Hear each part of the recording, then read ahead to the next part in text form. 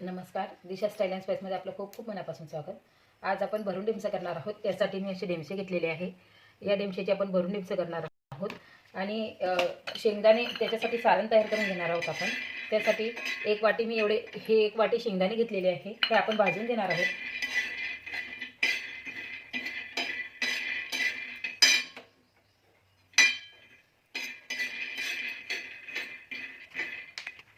हे बघा, शेंगदाणे आपले भाजलेले आहे. आता आपण गॅस बंद करून याची साल काढून घेणार आहोत. हे बघा, शेंगदाण्याची साल काढून झालेली आहे. आता आपण याचं सारण तयार करणार आहोत. त्यासाठी मी एवढं सुकं खोबरं घेतलेलं आहे आणि लसूण घेतलेला आहे 15 ते 20 पाकळ्या आणि कोथिंबीर घेतलेला आहे. आता हे खोबऱ्याचे मी काप करून घेणार आहे. हे बघा, खोबऱ्याचे काप झालेले आहे. हे खोबऱ्याचे काप आणि लसूण मी हे मिक्सरमध्ये वाटून घेणार आहे. सुकंच वाटून घ्यायचं, आपल्याला पाणी टाकून वाटायचं नाही आहे. आणि शेंगदाण्याचं कूट करून तयार करून घेणार आहे.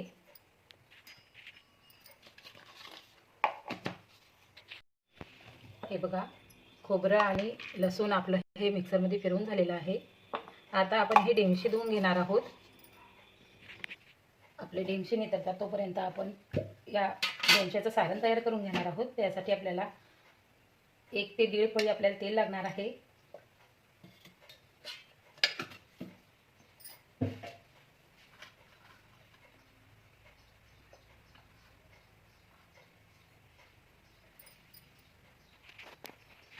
हे बघा, आपलं तेल तापलेलं आहे. आता त्यामध्ये मोहरी, छोटा चमचा जिरं आणि सुकं खोबरं आणि लसूण हे आपण यामध्ये टाकून घेणार आहोत.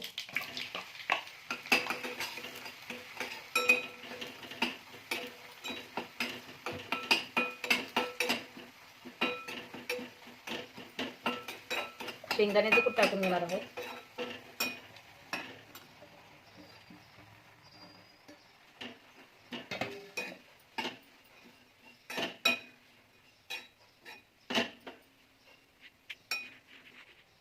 एक छोटा चमचा मिरची पावडर टाकून घेणार आहोत. थोडीशी हळद टाकून घेणार आहोत. 1 चमचा मीठ टाकून घेणार आहोत आणि हे मिक्स करून घेणार आहोत.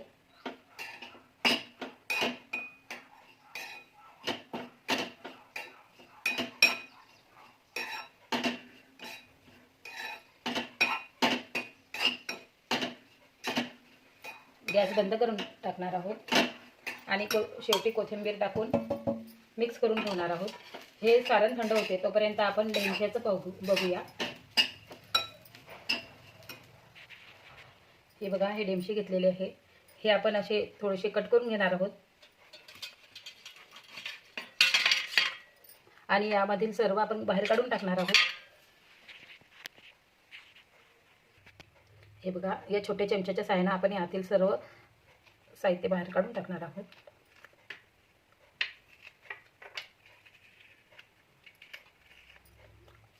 असेच आपल्याला हे सर्व ढेमसे करून घ्यायचे आहे.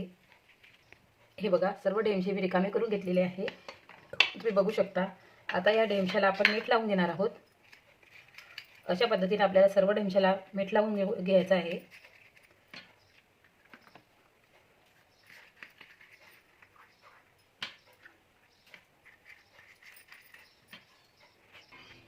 हे बघा, आता या ढेमश्यामध्ये आपण हे सारण भरणार आहोत.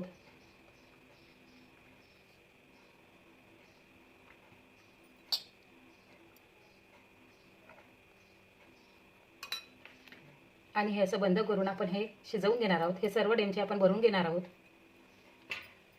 या पद्धतीनेच आपण सर्व ढेमचे भरून घेणार आहोत.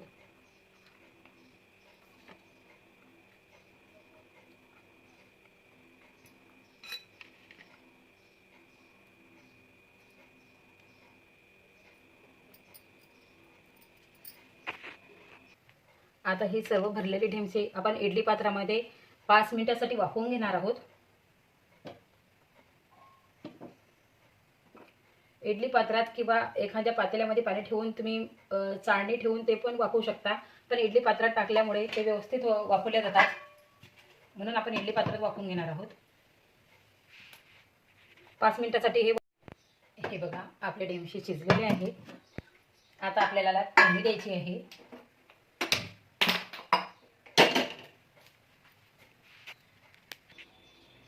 आता यामध्ये आपण 1 पळी तेल टाकणार आहोत.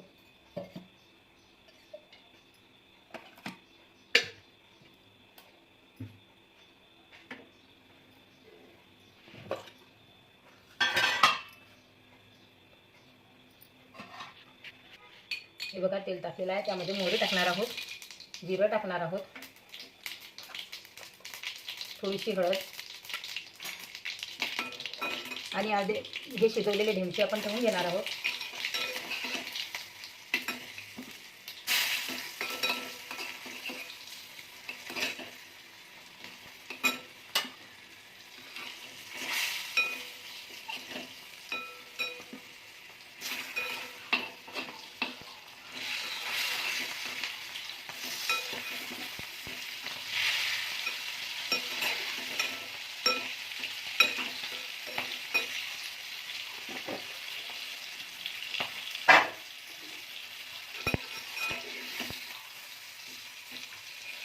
असे हलवून घेणार आहोत. तुम्हाला जर माझा व्हिडिओ आवडला असेल तर लाईक, शेअर आणि सबस्क्राईब करायला विसरू नका. आणि व्हिडिओ शेवटपर्यंत पाहिल्याबद्दल धन्यवाद.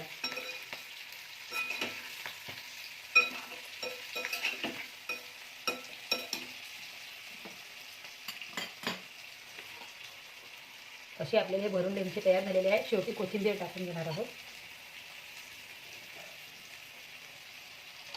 गॅस बंद करून टाकणार आहे.